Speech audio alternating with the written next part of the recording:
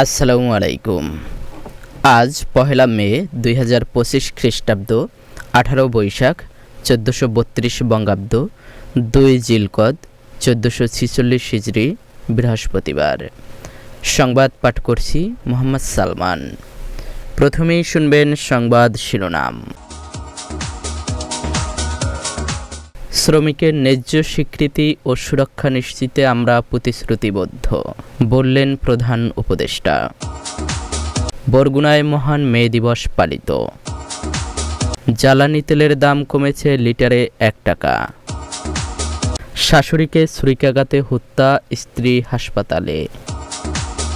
জামিনে মুক্তির পর জেলগেট থেকে আওয়ামী লীগ নেতা বাদল ফের গ্রেপ্তার। জিআই পণ্যের স্বীকৃতি পেল বরিশালের আমরা। পাহাড় ধসে ২ শিশুর মৃত্যু। মাইকিংয়ের রেকর্ড করা হয় লোকবেতারে। শুনলেন সংবাদ শিরোনাম, এবার বিস্তারিত। অন্তর্বর্তী সরকারের প্রধান উপদেষ্টা প্রফেসর মোহাম্মদ ইউনূস বলেছেন, শ্রমিকের ন্যায্য স্বীকৃতি এবং সামাজিক সুরক্ষা নিশ্চিত করতে আমরা প্রতিশ্রুতিবদ্ধ।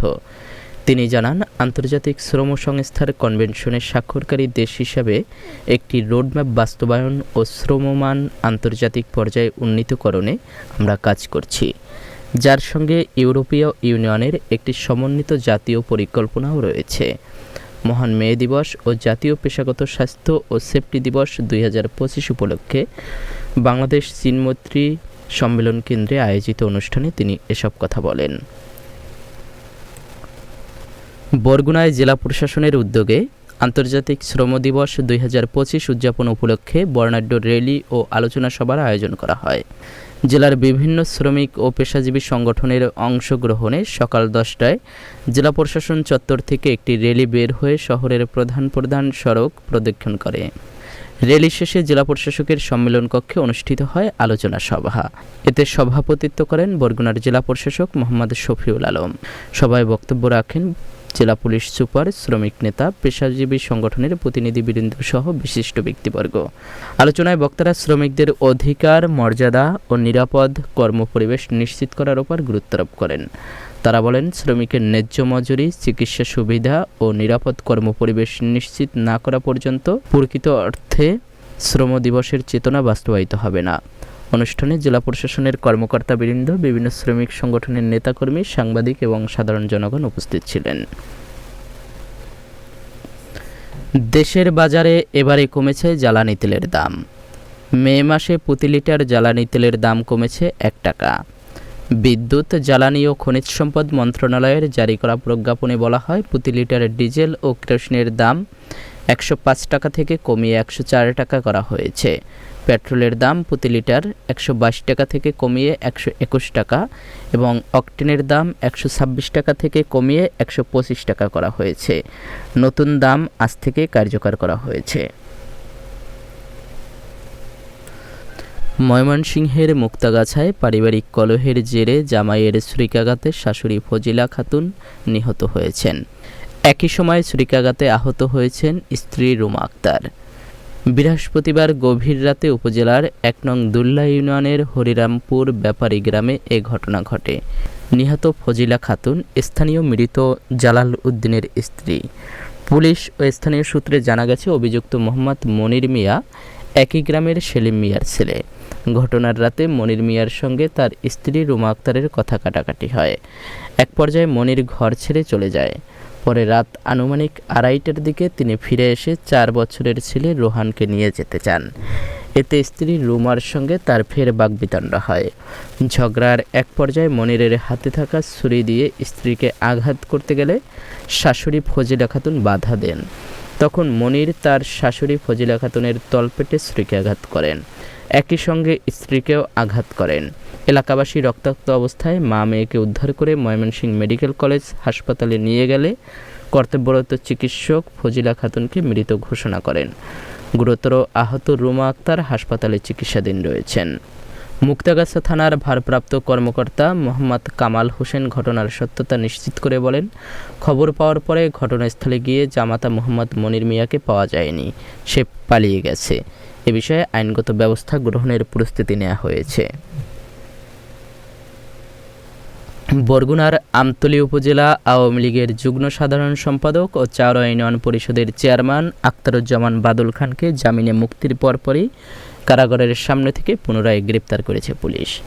গতকাল বুধবার রাত 9:30টার দিকে বরগুনা সদর থানায় করা বিশেষ ক্ষমতা আইন ও বিস্ফোরক দ্রব্য আইনের একটি মামলায় তাকে গ্রেপ্তার করা হয়। বিষয়টি নিশ্চিত করেছেন বরগুনা সদর থানার ওসি দেওয়ান জগলুল হাসান। খোঁজ নিয়ে জানা গেছে, গত বছরের আগস্ট মাসে আমতলী পৌরসভা কার্যালয়ে ভাঙচুরের অভিযোগে গত 10 এপ্রিল রাতে আমতলী উপজেলার একটি অনাথ আশ্রম থেকে বাদল খানকে যৌথ বাহিনী গ্রেপ্তার করে। এরপর আমতলী সিনিয়র জুডিশিয়াল ম্যাজিস্ট্রেট আদালত তাকে কারাগারে পাঠানোর নির্দেশ দেন। পরে সেই মামলায় জামিন পেয়ে 30 এপ্রিল রাতে কারাগার থেকে মুক্তি পান তিনি। তবে কারাগার থেকে বের হওয়ার পরপরই পুলিশ তাকে জেলগেট থেকে আবারও গ্রেপ্তার করে। বিশেষ ক্ষমতা আইন ও বিস্ফোরক দ্রব্য আইনে করা পৃথক মামলায় তাকে গ্রেপ্তার করা হয়েছে। বরগুনা সদর থানার ওসি দেওয়ান জগলুল হাসান বলেন, বাদল খানের বিরুদ্ধে বরগুনা সদর থানায় বিশেষ ক্ষমতা আইন ও বিস্ফোরক আইনে মামলা রয়েছে। তিনি অন্য একটি মামলায় কারাগারে ছিলেন এবং সে মামলায় জামিনে বের হওয়ার পরপরই তাকে গ্রেপ্তার করা হয়েছে। তাকে আদালতে পাঠানো হয়েছে। বরিশালের বিখ্যাত মৌসুমি ফল আমড়া ভৌগোলিক নির্দেশক পণ্যের নিবন্ধন পেয়েছে। বুধবার রাত 12টায় জেলা প্রশাসকের মিডিয়া সেল থেকে এ তথ্য জানানো হয়েছে। বাংলাদেশ ফরেন সার্ভিস একাডেমিতে শিল্প মন্ত্রণালয়ের উপদেষ্টা আদিলুর রহমান খান ও সংস্কৃতি বিষয়ক মন্ত্রণালয়ের উপদেষ্টা মোস্তফা সরোয়ার ফারুকী বরিশালের জেলা প্রশাসক মোহাম্মদ দেলোয়ার হোসেনের হাতে আনুষ্ঠানিকভাবে জিআই নিবন্ধনের সনদ হস্তান্তর করেছেন। সূত্রমতে বরিশালের আমড়া শুধু একটি সুস্বাদু ফল নয়, এটি এই অঞ্চলের ঐতিহ্য, সংস্কৃতি, কৃষিভিত্তিক অর্থনীতির একটি গুরুত্বপূর্ণ অংশ। স্বতন্ত্র স্বাদ, পুষ্টিগুণ এবং বহুমুখী ব্যবহার বরিশালের আমড়াকে সারা দেশে পরিচিতি দিয়েছে। যে কোনো অনুষ্ঠানে খাবার শেষে আমরা টক পরিবেশন বরিশালের সনাতন ধর্মাবলম্বীদের বহু পুরনো সংস্কৃতি। এটাকে তারা শেষ পাত বলে থাকেন। বরিশালের জেলা প্রশাসক মোহাম্মদ দেলোয়ার হোসেন বলেন, বরিশালের বিখ্যাত মৌসুমি ফল আমড়া জিআই পণ্যের নিবন্ধন পাওয়ায় জাতীয় আন্তর্জাতিক বাজারে বরিশালের আমড়ার পরিচিতি ও চাহিদা উল্লেখযোগ্য হারে বৃদ্ধি পাবে, যা দক্ষিণ অঞ্চলের কৃষিকে আরও সমৃদ্ধ করবে। চট্টগ্রামের আনোয়ারা উপজেলায় পাহাড় ধসে 2 শিশুর মৃত্যু হয়েছে। তারা হলেন 12 বছরের রুহান এবং 11 বছরের মেজবা। সকাল 9:30টার দিকে উপজেলার বৈরাগ ইউনিয়নের 8 নম্বর ওয়ার্ড এলাকায় এ ঘটনা ঘটে। একই ঘটনায় আহত হয়েছেন আরও 2 জন। তারা হলেন সিয়াম ও সিফাত। আনোয়ারা উপজেলার নির্বাহী কর্মকর্তা তহমিনা আক্তার বলেন, বাচ্চারা পাহাড়ের পাদদেশে খেলছিল। হঠাৎ পাহাড় থেকে মাটি ধসে 2 জনের মর্মান্তিক মৃত্যু হয়েছে। এ ঘটনায় আহত 2 জন হাসপাতালে ভর্তি রয়েছেন। মাইকিংয়ের রেকর্ড করা হয় লোকবেতারে। সুমধুর ও সুস্পষ্ট কণ্ঠে মাইকিংয়ের জন্য লোকবেতারের বিকল্প নেই। লোকবেতারের সানপুরব স্টুডিওতে করা হচ্ছে গান ও নাটকের রেকর্ড। সেই সাথে লোকবেতারের নামমাত্র টাকায় প্রচার করা হচ্ছে বিজ্ঞাপন। 15 সেকেন্ডের বিজ্ঞাপন প্রচারিত হচ্ছে মাত্র 500 টাকায়। 30 সেকেন্ডের বিজ্ঞাপন 1000 টাকা, 45 সেকেন্ডের বিজ্ঞাপন 1500 টাকা আর 1 মিনিটের বিজ্ঞাপন প্রচার করা হয় মাত্র 2000 টাকায়। নির্ধারিত টাকার বিনিময়ে প্রতিদিন কমপক্ষে 5 বার করে পুরো 1 মাস বিজ্ঞাপন প্রচার করা হবে। মাইকিং ও বিজ্ঞাপনের জন্য যোগাযোগ করবেন 0177 55 66 445 নম্বরে। এবারে শুনবেন আবহাওয়ার খবর।